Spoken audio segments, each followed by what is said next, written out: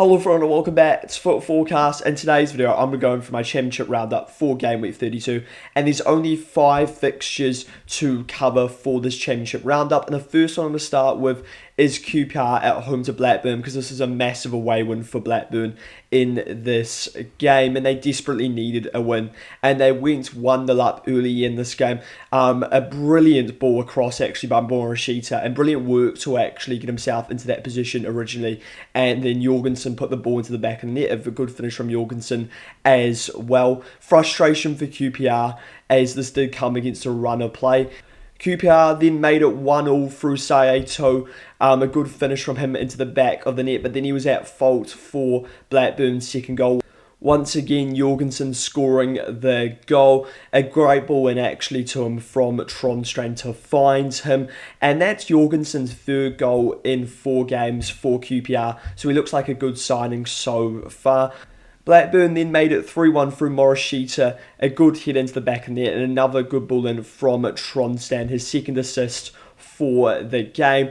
And this meant that Blackburn won this game at 3-1. QPR did have a couple of chances late on in the game to make the game interesting, but they were unable to convert those chances. And QPR were very average in this game, and it's a very disappointing result for them. They should be performing way better. And I've got to give Blackburn some credit for this performance. Morishita was excellent, Cashin was excellent, and so was Carter. But overall, I thought it was a very complete performance. And looking at the table, this means that Blackburn are now in 19th place in the Championship, and they are 3 points ahead of 22nd place, which is now Leicester. That is absolutely massive, the fact that Leicester are now in the relegation zone. It's a vital 3 points for Blackburn. Looking at QPR, they're currently 13th place in the Championship, and playoffs does look unlikely right now. They're 4 points away from the playoffs, but it's the amount of traffic between them and 6th place.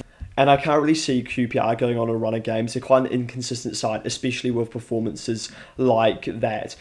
It's also a massive result for Blackburn if you consider the fact it's Michael O'Neill's first game in charge for Blackburn, and I think it's really important he gets off to a good start because he needs that to stay in the division, but also to relieve some pressure on him and his players, especially him, considering the controversy around him managing both Northern Ireland and Blackburn at the same time.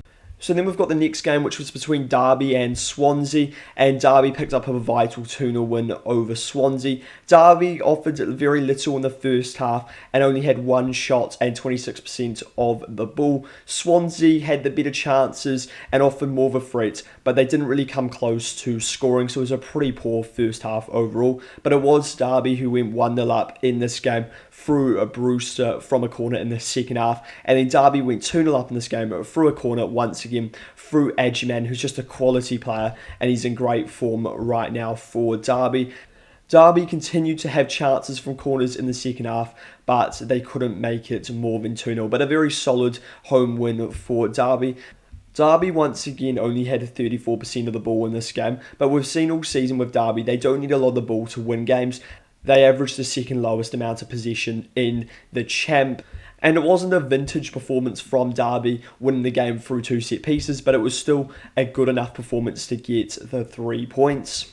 And this now means that Derby are 6th place in the Championship in a playoff position, which is absolutely crucial. But by the next time I look at this table, it probably will change because of how close it is around this part of the table.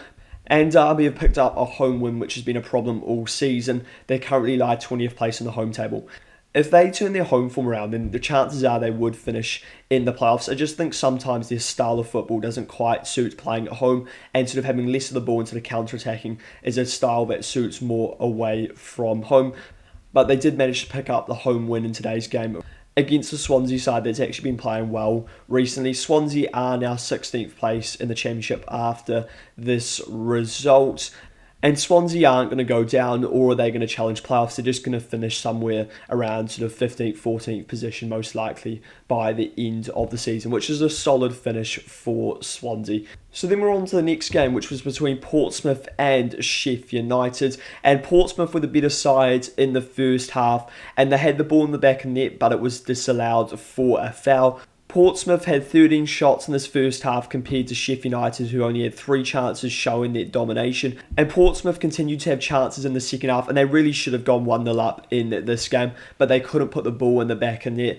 Sheffield United also started to have a decent spell in the second half. They were definitely better in the second half, and it actually resulted in a 90th minute goal for Brooks, which was a huge 3 points for Sheffield United in this game.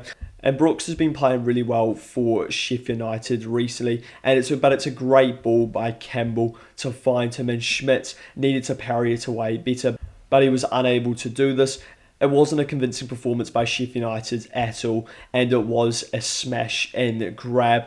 Portsmouth were actually very impressive in this game, but they couldn't find a way to put the ball in the back of the net because they didn't take their chances. I thought for Portsmouth, Ibu Adams and Ali were dangerous despite failing to pick up a positive result. Looking at the table, this now means that Portsmouth are only a point ahead of 22nd place, which is now Leicester City.